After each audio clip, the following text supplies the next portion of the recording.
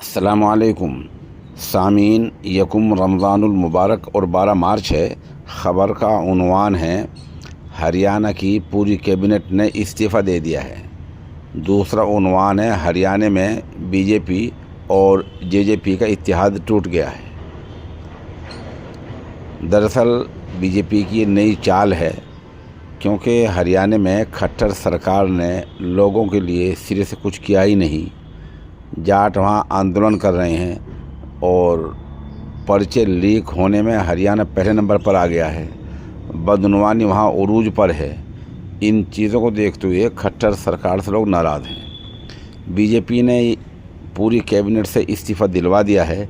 एक तीर से कई जगहों पर निशाना साधने की कोशिश की है।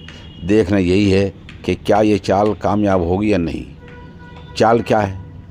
चाल ये है कि आपको पता ही है कि लोकसभा चुनाव बिल्कुल सर पर हैं।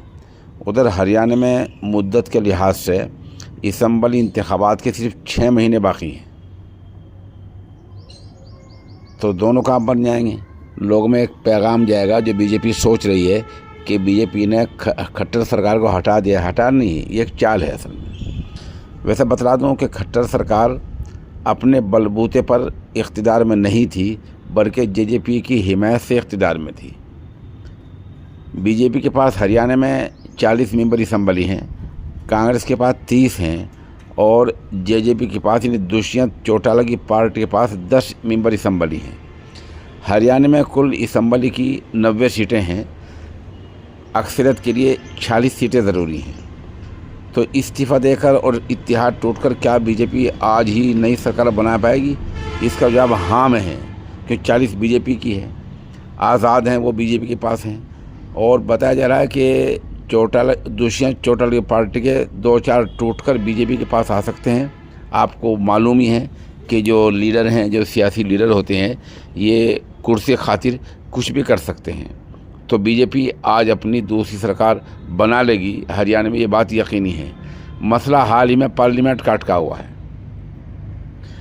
पार्लियामेंट में जो वहाँ 13 सीटें हैं, उन पर सीट शेयरिंग में इस सीटों की तकसीम को लेकर बीजेपी और उसकी इत्तेहादी जेजेपी में बात नहीं बनी है, इत्तेफाक नहीं हो सका है।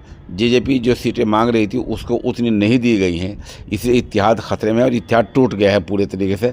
अब दोनों पार्टियां अपनी अपनी नई राहें चलेंगी। ये खुलासा है आज की बीजेपी खबर का। बहरहाल फ़िलहाल जो अब की ताज़ा खबर है वो 12 बजकर चंद मिनट हो रहे हैं। हरियाणा की खट्टर सरकार ने, पूरी कैबिनेट ने इस्तीफ़ा दे दिया है।